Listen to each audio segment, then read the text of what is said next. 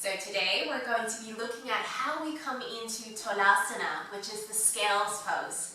This is an intermediate arm balance that requires you to be able to sit comfortably in your full lotus pose, as well as have some bit of upper body strength here as you're pushing your arms down to lift you up into this little balance. So I hope that you find this little tutorial helpful.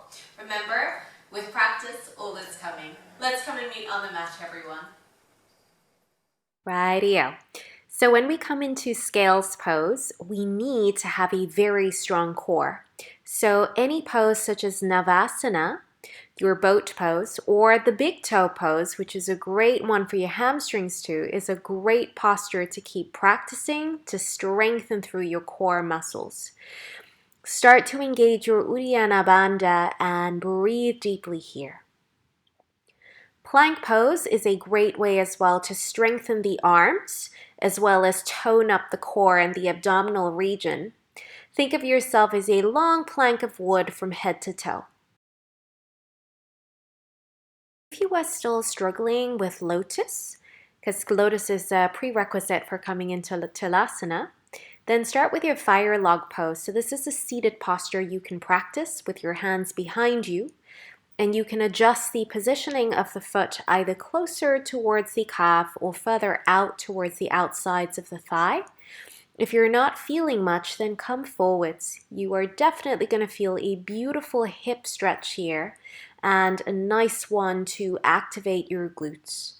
Stay for a couple of breaths and open through your hips.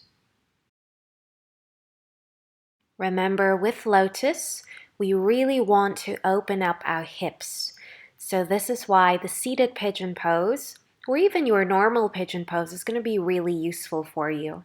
I like to cradle out my knee first and the hip, so I imagine as though I'm oiling the joint of my hip, and then I stay for a couple of breaths here, really starting to feel the opening sensations around the hips, and it's such a beautiful deep release that you can enjoy. The next posture is cow face pose, where we're trying to stack one knee above the other. I know that some students find this a little bit difficult to do so, and if that's the case, don't worry, just allow your knee to come to wherever it feels good naturally. And I like to work this with eagle arms here because I love to feel this opening sensation around my shoulders. So you can do this pose to help open through your shoulders as well as get a nice hip stretch. JANU SIRSASANA is a wonderful way to start to lengthen through your hamstrings, as well as kind of get that opening sensation around the bent knee. Bring the foot as close as you can towards the inner groin and then just fold your chest forwards, taking a few breaths here. Think about a heavy weight being placed on top of your knee as much as you can. The next step is to prepare you for your seated half-bound lotus, where you bring the foot up into the crease of the hip. At this point, you would reach the arm across and see if you can grab hold of the foot. Then you reach, in this case, your left arm up and fold across the left leg. Sometimes it's a little bit difficult for us to reach the foot initially in this half-bound lotus position. And so a great aid or a great way to help us is to take a yoga strap, and you can wrap this around the sole of your foot as being demonstrated here. And then it just gives you a bit of leverage so you can nicely come into the pose without straining yourself too much.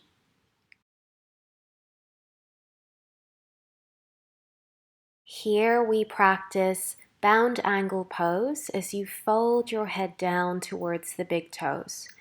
Imagine two pieces of weight placed on top of your knees and just settle here for a couple of breaths, really starting to open up your inner thighs and the hips. So in order to come into Tolasana, we need to be able to comfortably sit in a full lotus. Start by practicing these prep poses as I've suggested, and then maybe after some time, from a half lotus, you are able to then move into your full Padmasana. Remember to be mindful about how your knees are feeling, and if there's any pain, back away, take a break, and come back to those prep poses that you can start to work on to open your hips. So when I first practiced this pose, I used to use blocks, and I suggest this is a great way that we can all enter the pose before coming into the full one. Let's use some blocks to help us along the journey. Make sure the blocks are shoulder width apart. On the inhale breath, push down into the palms of the hands, engage your core, and start to draw the knees higher towards your chest. When you're done, relax the glutes down. Make sure that you rotate your wrist a little bit if it's feeling a little sore. Another variation is to take your blocks to middle setting. The higher you are from the ground, I find it to be a lot easier to come into the balance. Just make sure that you're really pressing your hands down into the blocks because you wouldn't want that block to turn to its side. After a few breaths, just come down and relax. So now we should be ready to enter Tolasana. Come into your full lotus, place your hands down, not too far apart, and then use your breath. Inhale, you're going to push and squeeze the legs together. This creates a lot of fire in your body, focus in the mind, and brings balance to your practice. Keep practicing, and all is coming, everyone.